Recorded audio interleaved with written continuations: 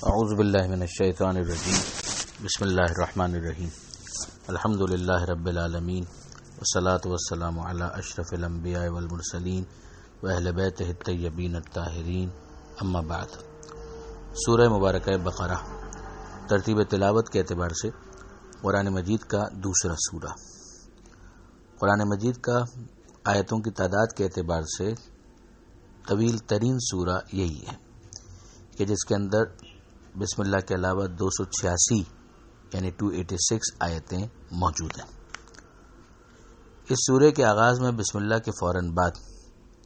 الف لام میم ہمیں نظر آتا ہے۔ یہ حروف مقطعات کہلاتے ہیں۔ مقطع یعنی جس کو الگ الگ کر دیا گیا ہو، کچھ الفابیٹس جن کو ملا کر ایک ساتھ پروناؤنس کیا جاتا ہے اور کچھ وہ کہ جن کو اس طرح سے نہیں پروناؤنس کیا جاتا، جن کو الگ الگ توڑ کر پڑھا جاتا ہے، ان کو مقطعات میں شمار کیا گیا ہے۔ یہ قرآن مجید کے 29 سورے ہیں کہ جن کے آغاز میں ہمیں مقطعات نظر آتے ہیں۔ ان کی تفصیل تو اپنے مقام پر، مگر اتنا فلسفہ اس کا 11ویں امام کی ایک حدیث سے ماخوذ ہے، امام حسن عسکری علیہ السلام سے، کہ جس میں اس بات کو سمجھایا گیا کہ پروردگار یہ گویا سمجھانا چاہتا ہے کہ انہی حروف سے کہ جن کو تم روزمرہ استعمال کرتے ہو، الف لام میم، الف لام را، ہا میم عین سین قاف، یہی وہ حروف ہیں کہ جن سے قرآن مجید کو ترتیب دیا گیا ہے۔ اگر تم سمجھتے ہو کہ یہ اللہ کا کلام نہیں ہے، کسی بندے کی کوشش ہے، تو حروف تو وہی ہیں کہ جن کو تم بھی استعمال کرتے ہو، تم بھی ایسا ایک سورہ بنا کر لے آؤ،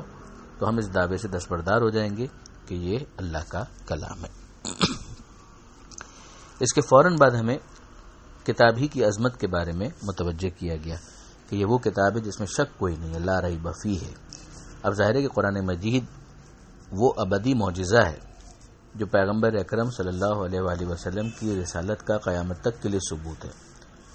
تو اس کے اندر کوئی شک ہونا بھی نہیں چاہیے، اور اسی کا یہاں پر اعلان کیا جا رہا ہے۔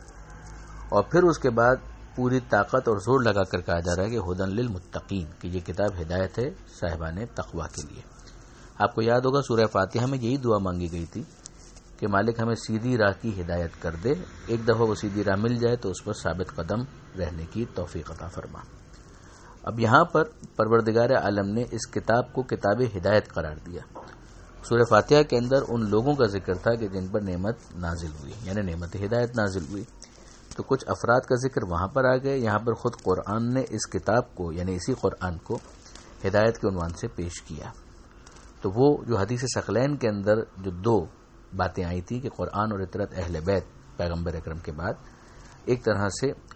اس کی بھی یہاں سے تائید ہو جاتی ہے کہ ہدن للمتقین، یہ کتاب ہدایت ہے مگر ان لوگوں کے لیے جو متقین ہیں۔ اب ظاہر متقین سے یہاں پر کیا مراد ہے؟ تقویٰ کی سٹیجز ہے، وہ ابتدائی درجہ کہ جس کے اندر انسان اپنے مستقبل کے بارے میں فکر مند ہو،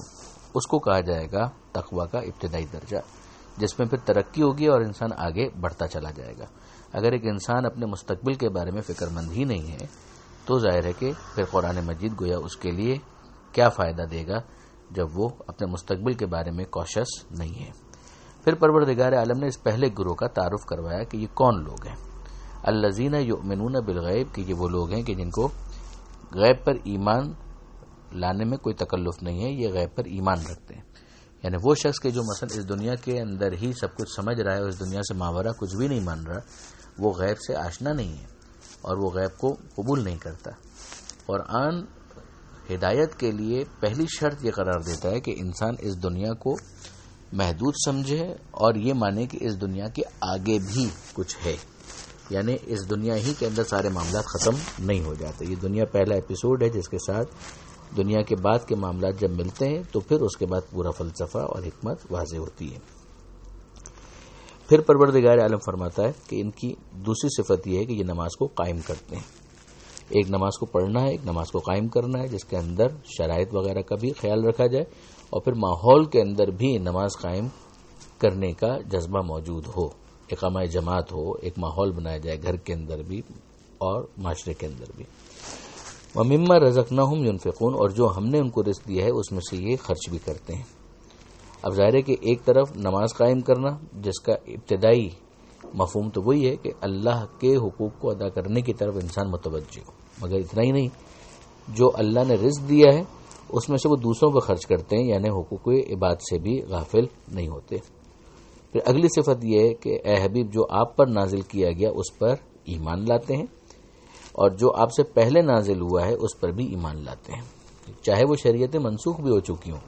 مگر وہ شریعتیں، وہ جو کچھ بھی دیگر انبیاء پر، گزشتہ انبیاء پر نازل ہوا ہے، وہ سب کا سب پروردگار ہی کی طرف سے نازل ہوا ہے۔ لہٰذا اس آخری نبی کی تصدیق کے بعد وہ سب کا سب اس زمانے کے لیے جس میں وہ نبی آئے تھے معتبر تھا، لہٰذا ان نبیوں پر بھی ایمان لانا ہے، جو ان پر نازل ہوا اس پر بھی ایمان لانا ہے۔ وبالآخرۃ ہم یوقنون، اور آخری چیز جو یہاں پر بیان کی گئی چھٹی صفت کے طور پر کہ یہ آخرت کے اوپر یقین رکھتے ہیں۔ اگر انسان خدا کو بھی مان لے لیکن آخرت کو اگر وہ قبول نہ کرے تو اس کا مطلب یہ ہے کہ وہ حساب کتاب کا تو منکر ہو گیا۔ ہم سورہ فاتحہ میں مالک یوم الدین پر اصرار دیکھ چکے ہیں کہ وہ خدا جو ہے وہ قیامت کے دن کا، روز جزا کا، حساب کتاب کے دن کا مالک ہے۔ یہاں پر بھی کہا گیا کہ یہ آخرت کے دن پر یقین رکھتے ہیں، انہیں پورا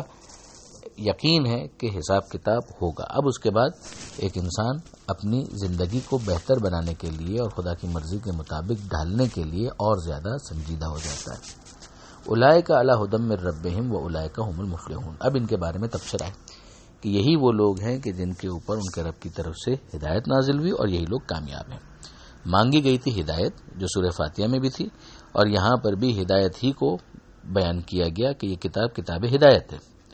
اور پھر آخر میں بتایا گیا کہ یہ ہیں وہ افراد کہ جو اپنے رب کی طرف سے ہدایت پر ہیں۔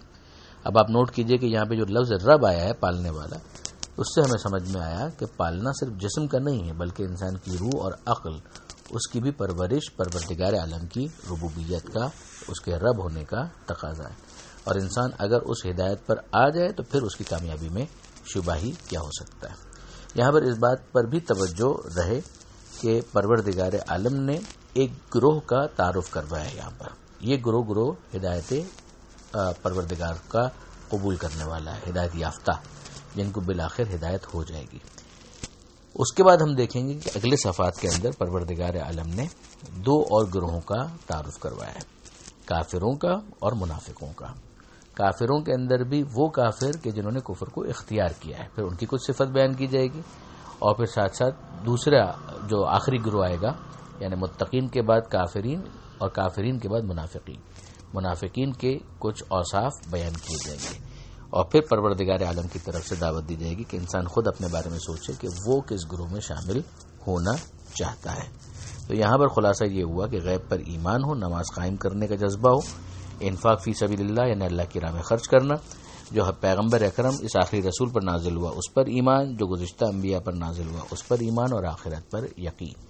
یہ وہ بنیادی ترین صفات ہیں جو پروردگار عالم اپنے بندوں میں دیکھنا چاہتا ہے۔ باقی صفات انہی کی آف شوٹس ہیں، انہی سے پھر مزید انسان اپنے آپ کو ڈیولپ کرتا ہے۔ اگر انسان ہدایت پر آنا چاہتا ہے اور کامیابی کی سند حاصل کرنا چاہتا ہے تو ان اوصاف کو اختیار کرنا ضروری ہوگا۔ وآخر دعوانا ان الحمد للہ رب العالمین، والسلام علیکم ورحمۃ اللہ وبرکاتہ۔